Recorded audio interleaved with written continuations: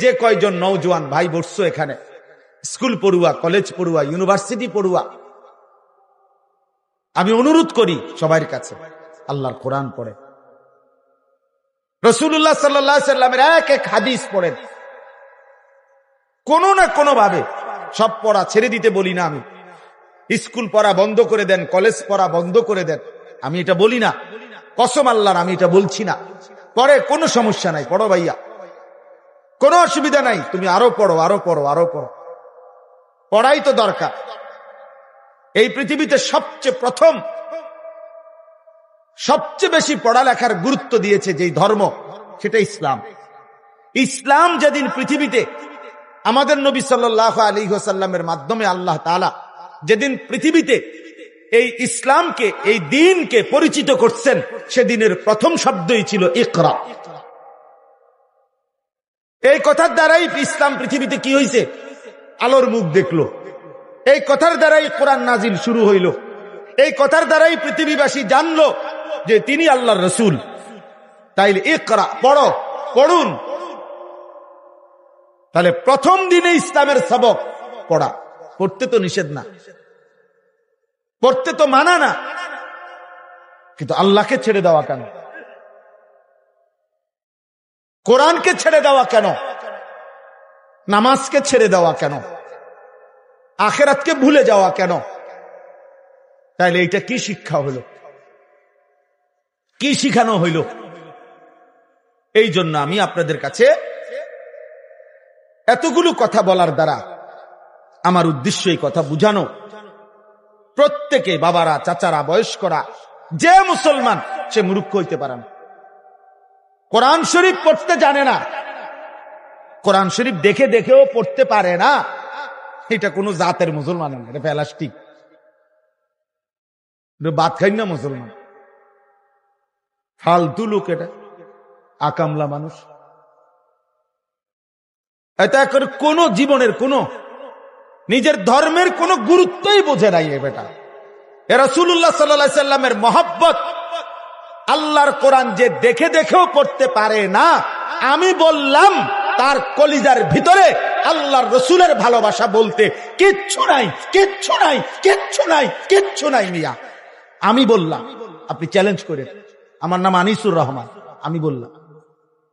কারণ রাসূলুল্লাহ সাল্লাল্লাহু আলাইহি সাল্লাম এই পৃথিবীতে, কোরআনুল কারীমে আল্লাহ তাআলা 4 বার বলছে, এই পৃথিবীতে নবীজিকে, রাসূলকে আমি পাঠিয়েছি এক নাম্বার যে উদ্দেশ্য, সেটা হলো ইয়াতলু আলাইহিম আয়াতিহি, কোরআনুল কারীমের তিলাওয়াত।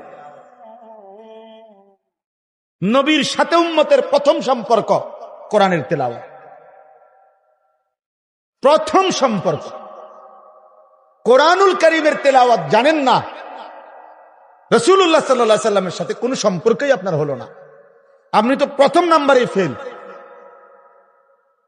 কোরআন শরীফের আয়াত, লাকাদ মান্নাল্লাহু আলাল মুমিনিন ইয বাআসা ফীহিম রাসূলাম মিন আনফুসিহিম ইয়াতলু আলাইহিম আয়াতিহি। কিভাবে আপনি নবীকে ভালোবাসবেন? নবীজির 1 নাম্বার মিশন ছিল কোরআন তিলাওয়াত।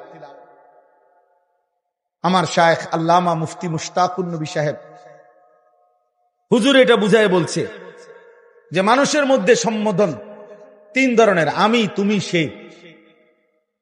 মানুষ এই 3টাই বুঝায়, আমি, তুমি, সে। কোরআনুল কারীমের মধ্যে আল্লাহ তাআলা এই 3 শব্দেই কোরআন তেলাওয়াতের কথা বলছে। ইয়াতলু আলাইহিম আয়াতিহি, সে কোরআন তেলাওয়াত করবে। উতলু ইলাইকা মা উহিয়া মিনাল কিতাব, নবীকে বলছে তুমি, আপনি কোরআন তেলাওয়াত করেন। আবার নবীজি বলছে আমার আল্লাহ আমাকে আদেশ করছে আন আতলু আল কোরআন, আমি যেন কোরআন পড়ি। তাহলে কোরআন পড়বো আমি, কোরআন পড়বেন আপনি, কোরআন পড়বে সে। আমি, তুমি, সে, সবাই কোরআন পড়ে। কোরআন পড়বে কে বলেন না? আমি। আর কে? তুমি। আর কে? সে।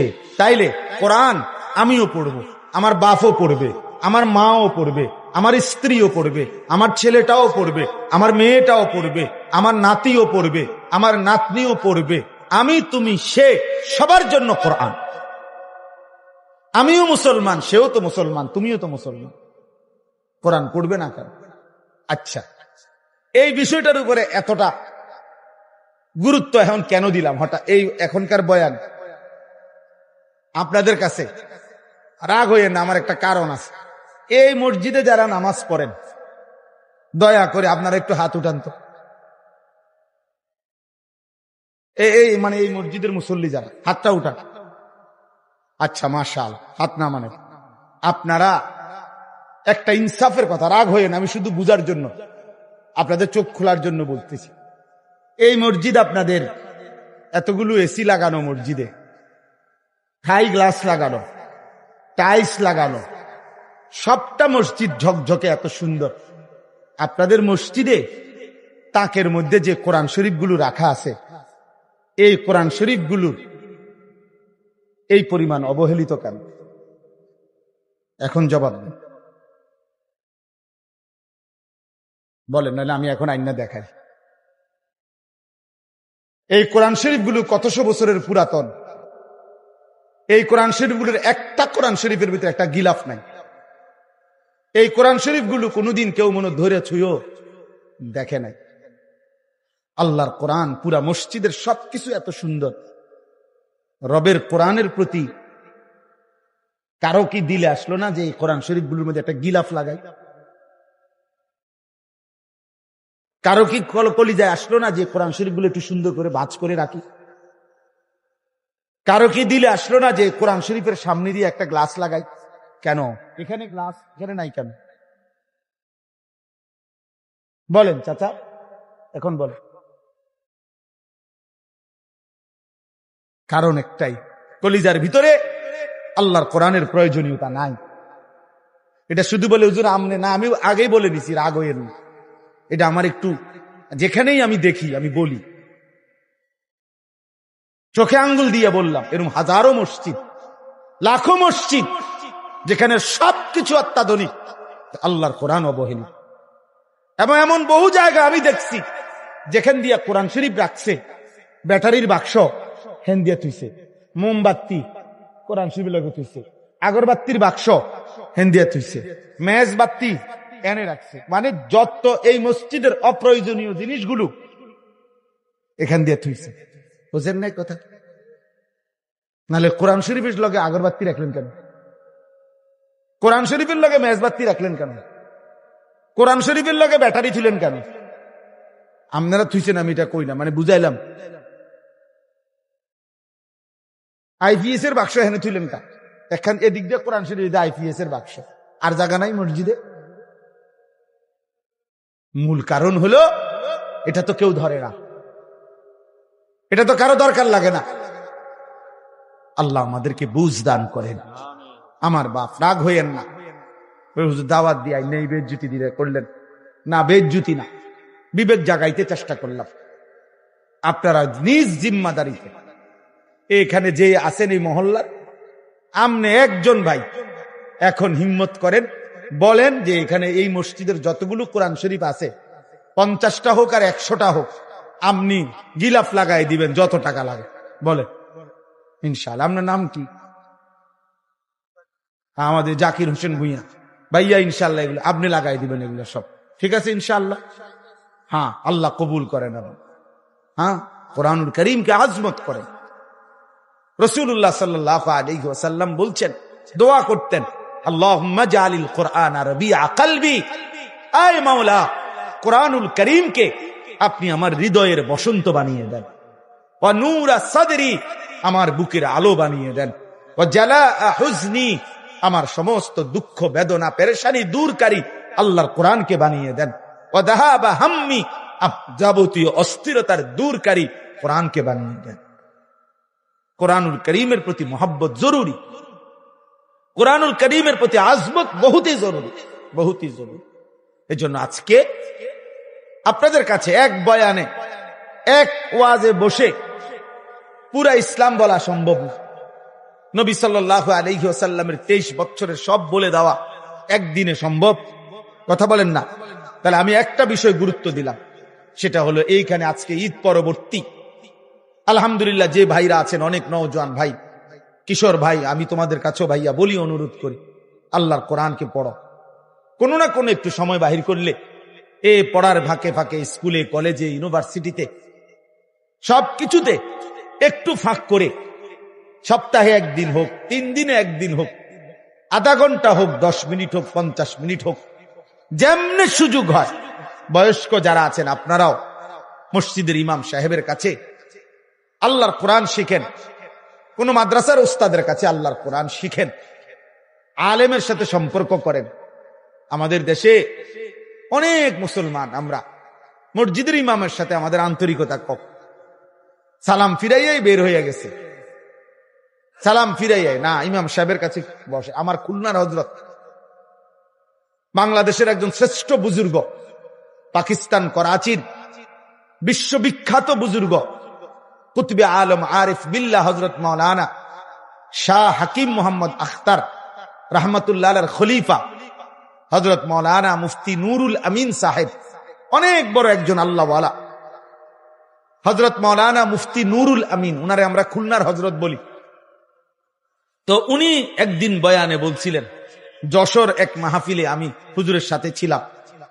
তো হুজুর বয়ানে বলতেছিলেন 30টা বছর ধরে, 20টা বছর ধরে, কথাটা খেয়াল করেন, 30 বছর ধরে, 20 বছর ধরে, 10 বছর ধরে আল্লাহর ঘর মসজিদে যে মানুষটা দিবানিশি 5 ওয়াক্ত নামাজের ইমামতি করছে, বিশ্বাস করেন আমি হুজুরের কথা, শায়েখের কথা বলতেছি, উনি বলছেন নিঃসন্দেহে এই ব্যক্তি, এই ইমাম আল্লাহওয়ালা, আল্লাহওয়ালা। তাকে কদর করা উচিত, তাকে ভালোবাসা উচিত, তাকে শ্রদ্ধা করা উচিত। হ্যাঁ, হঠাৎ করে আসা বক্তার কপালে জোটে 50,000 টাকা, কিন্তু ইমাম সাহেবের কপালে জোরে কেনা 200 টাকা। কেন? কারণ উনি যে ফরজ নামাজের ইমামতি করে, এই জন্য এটা অন্যায় হয়েছে না। অথচ ফরজ নামাজের দাম বেশি না, কথা বলেন না কেন? তো ইমামের দাম বেশি।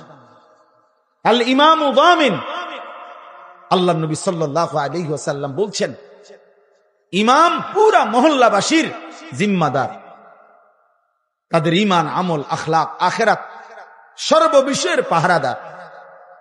নবী সাল্লাল্লাহু আলাইহি ওয়াসাল্লাম আলাদা দোয়া করছেন, আল্লাহুম্মা আরশিদিল আইম্মা, আল্লাহ ইমামদেরকে আপনি হেদায়েতের রাস্তা, কল্যাণের রাস্তা আপনি দেখান। কারণ তার পিছনে মানুষ অনুসরণ করে, তাকে মানুষ অনুসরণ করে। এই জন্য মসজিদের ইমামের সাথে সম্পর্ক বাড়ান, আলেমে দ্বীনের সাথে সম্পর্ক বাড়ান, একটা একটা মাসআলা শিখেন, একটা একটা শব্দ শিখেন, নিজের রুকুটা একজন আলেমকে দেখান যে হুজুর আমার রুকু হয় কিনা, আমার সেজদা হয় কিনা, আমার নামাজ হয় কিনা, আমার ওযু হয় কিনা, আপনি একবার দেখায় নেন। হ্যাঁ, বলে হুজুর ছোটবেলায় তো আমি মক্তবে শিখছি। ঠিক আছে বাবা, মক্তবে শিখলেও তো আজকে 40 বছর হয়ে গেছে, 50 বছর পরে আপনার বেখেয়ালে কোনো ভুল তো থাকতে পারে। এখন যদি শুধরায় নেয়, আখিরাত সুন্দর হয়ে গেল, কবরে গিয়া অনুভব করিলে সুন্দর করার তো আর সুযোগ হলো না। পরকালে গিয়ে তো আপনি বুঝবেন, কিন্তু সব লাভ তো হবে না। কোরআন শরীফে কথা স্পষ্ট আছে, প্রত্যেকটা নাফরমান হাসরের ময়দানে তার সমস্ত পাপের কথা মনে পড়বে। ওয়াজিআ ইয়াউমাইদিন বিজাহান্নাম ইয়াউমাইদিন ইয়াতাযাক্কারুল ইনসান ওয়া আন্না লাহুদ যিকরা। আল্লাহ বলে, হাসরের ময়দানে যখন ফেরেশতারা জাহান্নামকে টেনে আনবে, সবার সামনে এনে দাঁড় করাবে জাহান্নামকে, জাহান্নামকে টাইনা আনবে। এই যে মনে করেন এটা সাউন্ড বক্স, এটা যেরকম আমরা এখন সবাই দেখতেছি, এরকম জাহান্নামকে টেনে এনে দাঁড় করাবে ফেরেশতারা। কোরআন শরীফের আয়াত। আল্লাহ বলেন, নাফরমান জাহান্নামের দিকে তাকাইয়েই